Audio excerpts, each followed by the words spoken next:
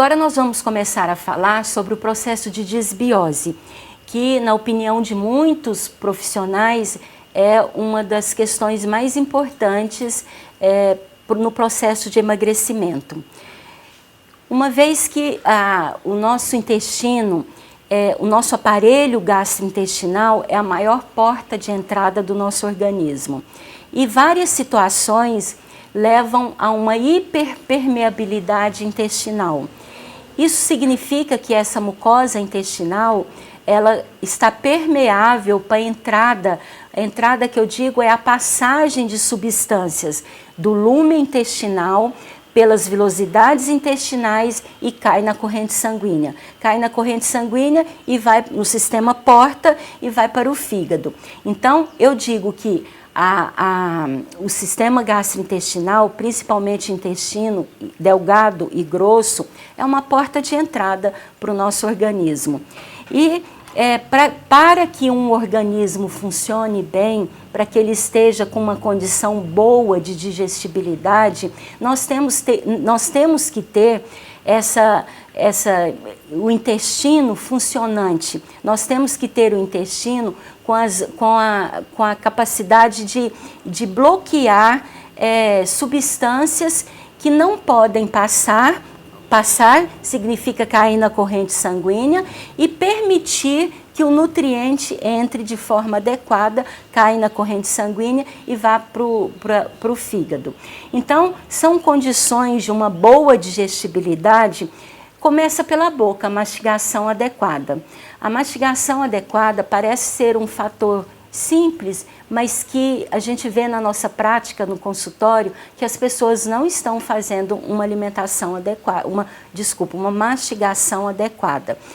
Então, essa mastigação ela é importante por quê? Porque durante esse momento nós temos a produção de secreções nas glândulas salivares que vão começar a trabalhar a digestão desses alimentos. Temos também nesse momento a produção de uma enzima, a pitialina, que vai começar a trabalhar a quebra do carboidrato. Então, a mastigação é sim um ponto de partida fundamental para que a gente tenha uma boa digestibilidade. Outro aspecto importante é a formação e a manutenção do pH no estômago. A gente vê também na prática nossa em consultório pessoas tomando omeprazol, cuja função desse medicamento é diminuir a acidez do estômago. E essas pessoas estão utilizando esse medicamento por tempo indeterminado. E muitas vezes eu pergunto, por que você está usando o omeprazol? Ah, não sei. Comecei a usar anos atrás e continuo até hoje. O que essa pessoa está fazendo? Está diminuindo a acidez do estômago e isso prejudica muito a digestão dos alimentos, principalmente das proteínas. Por quê? Porque as proteínas, quando elas chegam no estômago, ela tem uma cadeia de aminoácidos muito pesada e é uma estrutura muito complexa. E é no estômago, na ação do ácido clorídrico, que essa estrutura abre. Uma vez que essa estrutura molecular da proteína abre, é quando as enzimas começam a atuar quebrando essa proteína para que aconteça a digestão. Então, olha, mastigação adequada, pH e do estômago adequado, formação adequada das enzimas pancreáticas e intestinais. Então, nós temos os órgãos associados ao aparelho gastrointestinal. Um desses órgãos é o pâncreas, que tem uma secreção endócrina e uma secreção exócrina. A secreção endócrina é responsável pela produção da insulina e do glucagão e a secreção exócrina é responsável pela produção das enzimas, né? As enzimas que vão ser colocadas no intestino para poder continuar a quebra do alimento para a absorção adequada. Uma outra condição importante para uma boa digestibilidade é a produção de bicarbonato e ácidos biliares. O bicarbonato tem uma função importante porque, como eu acabei de dizer, o conteúdo gástrico é extremamente ácido. Quando isso sai do estômago e cai no intestino delgado, esse conteúdo ele precisa ser alcalinizado, e é exatamente o bicarbonato que faz isso para poder alcalinizar o bolo e para que possa acontecer uma digestão adequada. Outra condição para boa digestibilidade é a manutenção da microbiota intestinal. Hoje, a microbiota intestinal é um dos fatores que mais tem comprovação científica como modulador da ingestão alimentar. E outra condição importante é a adequada capacidade do fígado, de trabalhar o fígado, né?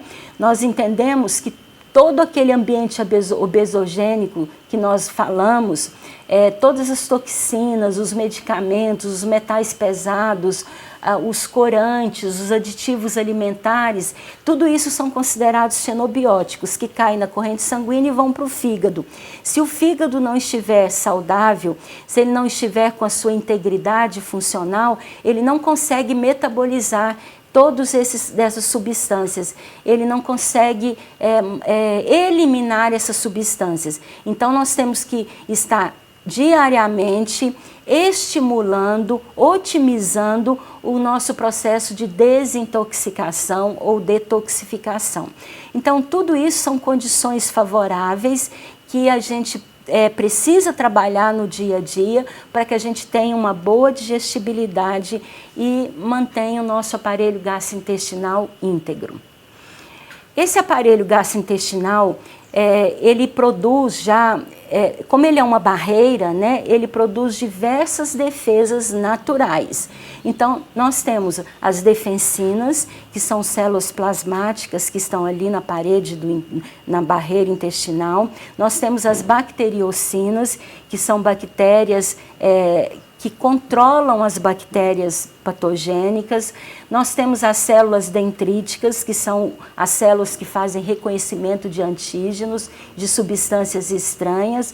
Nós temos as tight junctions, que são uma célula, um enterócito, ele está ligado a outro enterócito através dessas junções que nós chamamos de tight junctions.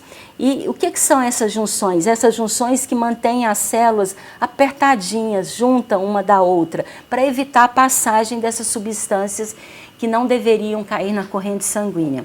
Nós temos a produção da IgA, uma imunoglobulina que vai também contribuir com a proteção do nosso aparelho gastrointestinal, produção de muco, produção de pH adequado. Então, essa barreira intestinal, ela é importantíssima para bloquear substâncias que não deveriam entrar no nosso sistema. Temos as células de Pannet. As células de Pannet, ela tem uma alta produção de substâncias antimicrobianas.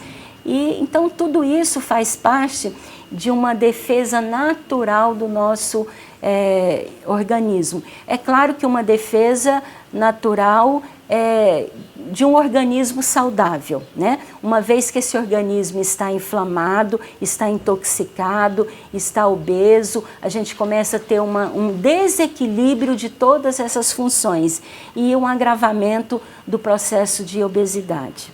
De uma forma bem simples, nós podemos conceituar a microbiota como um conjunto de micro-organismos que habitam normalmente o nosso intestino. E essa composição, ela varia muito de acordo com o ambiente, com os nichos do hospedeiro, com o estado de saúde, de doença, né? E a gente pode dizer que nós temos 10 vezes mais células, números de células na microbiota do que no corpo todo. Então, essa massa microbiana, ela chega a pesar em torno de 1 a 2 quilos. E o importante é que a gente mantenha essa massa em equilíbrio. Ou seja, nós temos aí mais de 500 espécies bacterianas que habitam o nosso intestino. O importante é manter esses micro-organismos em equilíbrios. Nós temos tanto bactérias benéficas quanto bactérias patogênicas. Uma vez que você tem um quadro de diarreia, um quadro de desbiose, é quando essas bactérias patogênicas estão proliferando. E aí a gente precisa trabalhar com probióticos, prebióticos, para fazer as bactérias benéficas ficarem superiores às bactérias patogênicas e a gente conseguir esse equilíbrio e melhorar toda essa questão da desbiose. Então, a microbiota hoje não é simplesmente uma massa de micro-organismos, ela tem inúmeras funções no nosso trato gastrointestinal. A microbiota, ela regula a motilidade e a função do trato digestório. Ela previne colonização de bactérias patogênicas. Uma microbiota saudável mantém a função epitelial da barreira, mantém o desenvolvimento do sistema GALT, que é o sistema de imune inato intestinal. Então, o intestino também tem essa função importante de imunidade. E nós temos uma imunidade inata que é o sistema imune, o sistema de GALT, que está presente no intestino de um indivíduo saudável, né? Nós temos, a microbiota também auxilia no metabolismo, a microbiota auxilia ainda na tolerância oral e produção de citocinas anti-inflamatórias, ela contribui para a manutenção da barreira intestinal, né? Contribui também para a síntese de vitaminas B1, B2, B3, B5, B6, B9. Todas essas vitaminas são sintetizadas em uma microbiota saudável. Melhora o metabolismo dos xenobióticos, né? Ou seja, se a gente tem um intestino íntegro, uma barreira intestinal íntegra, a gente bloqueia muitas das substâncias dos xenobióticos e evita que isso entre, cai na corrente sanguínea e vai inflamar e intoxicar o fígado. A gente tem a microbiota também favorece uma produção de bacteriocinas que também ajudam nessa proteção e defesa do nosso organismo. Ela ajuda, uma microbiota saudável também ajuda no tratamento de alergias, nos processos inflamatórios e processos sistêmicos também. Então, o que quer dizer isso? Quando eu tenho uma barreira intestinal permeável, explicando assim de uma forma bem clara e simples, essa barreira intestinal é como se ela estivesse cheia de furinhos. E aí, quando ela está assim, ela perde a função seletiva, porque essa barreira ela é seletiva, ela deixa passar o nutriente, que é importante, e bloqueia todas as substâncias que não são comuns, não são reconhecidas pelo organismo. Porém, quando ela está permeável, cheia de furinhos, a gente tem a entrada dessas substâncias. Essas substâncias, consideradas xenobióticos, quando caem na corrente sanguínea, estimula quem? O sistema imune. E aí é quando aquela pessoa começa a ter processos alérgicos tardios, começa a ter problemas na digestão. Então, a fala do paciente para nós no consultório, ele diz assim: doutora, por que antes eu podia comer pão e hoje eu não posso comer pão mais? Quando eu como pão, meu abdômen dilata, distende, tem flatulência. O que aconteceu? É exatamente isso. O glúten, que é a proteína da farinha de trigo, do trigo, ele tem um peso molecular alto. E é um alimento que a gente come diariamente várias vezes, né? Então, uma hora ou outra, essa microbiota está, essa barreira está permeável e alguma partícula, uma macromolécula alimentar, cai na corrente sanguínea, estimula o sistema imune e aí é a hora que a gente começa a ter essas alergias, essas intolerâncias alimentares. Então, essa barreira intestinal íntegra é fundamental e contribui 100% no processo de emagrecimento. É uma das estratégias mais eficientes que nós temos, que nós utilizamos para poder tratar a obesidade. Eu digo que hoje a gente trata a obesidade de dentro para fora. Não adianta só contar calorias, usar medicamentos, nós temos que primeiro regular essa função intestinal, regular e deixar íntegra essa parede intestinal para que a gente comece a tratar esse processo de obesidade. Então nós temos os benefícios de uma microbiota saudável, tudo isso que eu disse, né? Diminui a resistência à insulina, melhora o metabolismo das gorduras, mantém a integridade epitelial, homeostase do muco, inibe o NF-kappa-beta, que é aquele fator de transcrição que aumenta as citocinas inflamatórias, e a microbiota saudável também vai produzir as citocinas anti-inflamatórias. E como consequências de uma microbiota doente, uma microbiota que a gente fala disbiótica, que não está em equilíbrio, nós temos o desenvolvimento de várias intolerâncias, alergias, desenvolvimento do diabetes mellitus, desenvolvimento da obesidade, as criptas intestinais, as vilosidades, elas se tornam baixas. Isso significa, tem a ver com a permeabilidade intestinal, aumento de células de citocinas inflamatórias. Então a gente altera esse perfil de citocinas e uma resposta imune inata. Então está bem claro para a gente que um intestino saudável tem vários benefícios para o nosso organismo, assim como uma disbiose traz alterações importantes para o nosso organismo. Então, depois de explicarmos todo esse mecanismo, essa função do intestino, como ele auxilia no processo de emagrecimento, nós vamos agora falar da disbiose.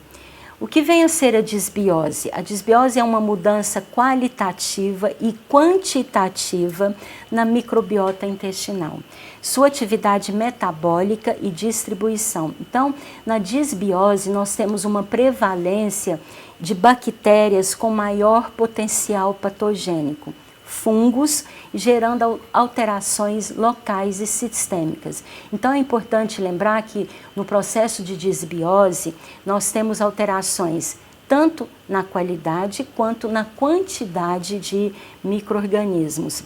Essas bactérias patogênicas, elas criam uma inflamação local e sistêmica, elas produzem amônia, ácido sulfídrico, nitrosaminas, fenóis, indóis, ácidos biliares desconjugados, sulfeto de hidrogênio, fragmentos corporais de bactérias, que é uma das coisas que a literatura hoje mostra muito, os LPS. O que é o LPS?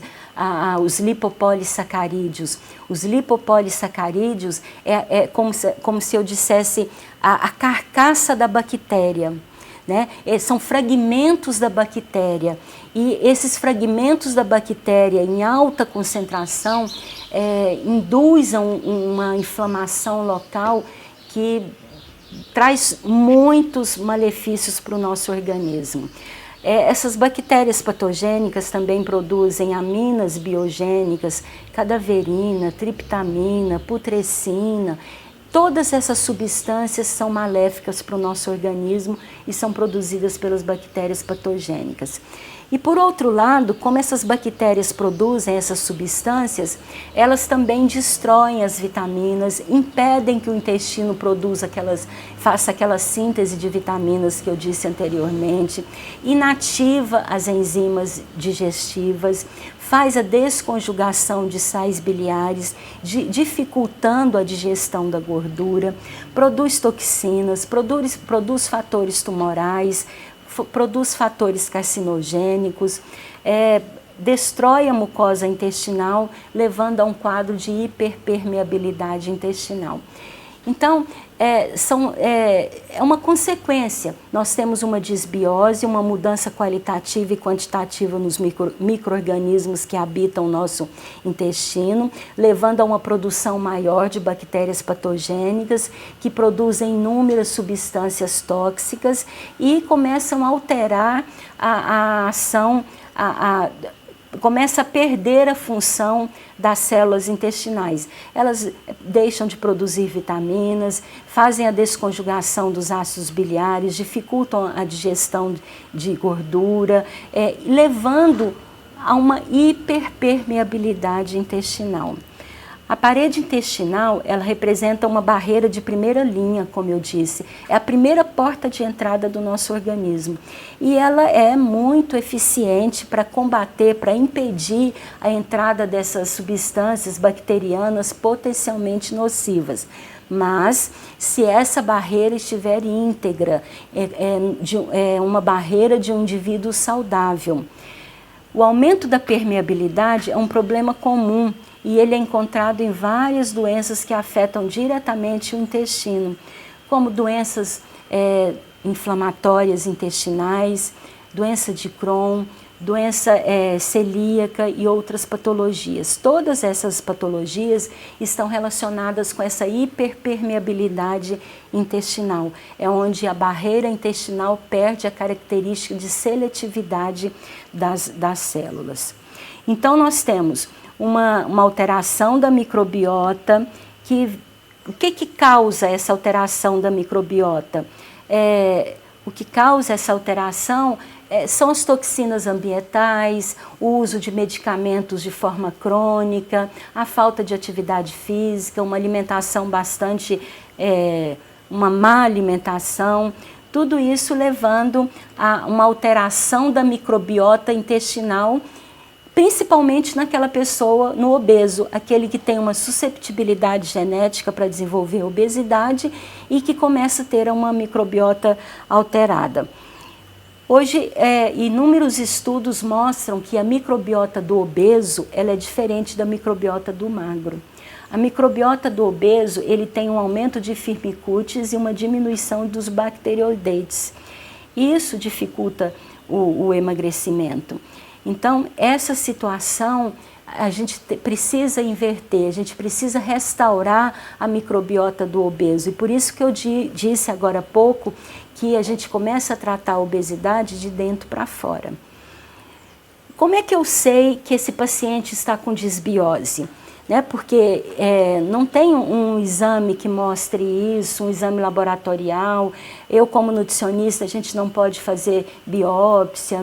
Então, como é que a gente verifica? Com sintomas clínicos. E quais são esses sintomas que estão associados ao quadro de disbiose? O paciente ele relata muitos gases, eructação, flatulência, dispepsia funcional, uma dificuldade de digerir.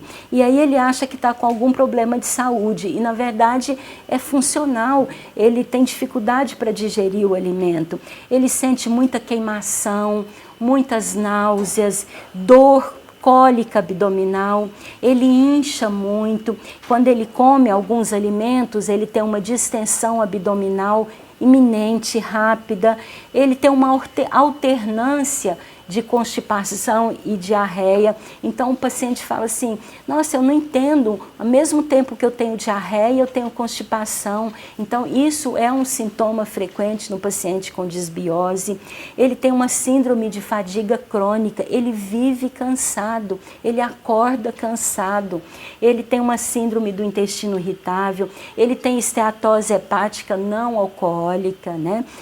Nós acreditávamos que a esteatose, que é o acúmulo de gordura no fígado, ela era originada apenas por aqueles indivíduos que ingeriam bebidas alcoólicas de maneira compulsiva. Hoje nós sabemos que não, que existe a esteatose hepática não alcoólica, que tem a ver com alimentação errada, né? O paciente queixa-se de enxaqueca diariamente, essa é uma queixa muito prevalente. Ele tem sensibilidade química múltipla, então aquele paciente que passa que usa um perfume e tem alergia, que passa um pó no rosto e tem alergia, né? Então ele tem essa sensibilidade química a diversos componentes, tem as alergias múltiplas. Então todos esses sintomas nós vamos avaliando. Na nutrição funcional, nós temos um questionário de rastreamento metabólico que a gente faz isso com todo paciente. O paciente responde para a gente no questionário, próprio punho, que isso tem muita validade para nós, todos os sintomas que ele está sentindo em relação a todos os órgãos. Então, aparelho digestivo, quais os sintomas?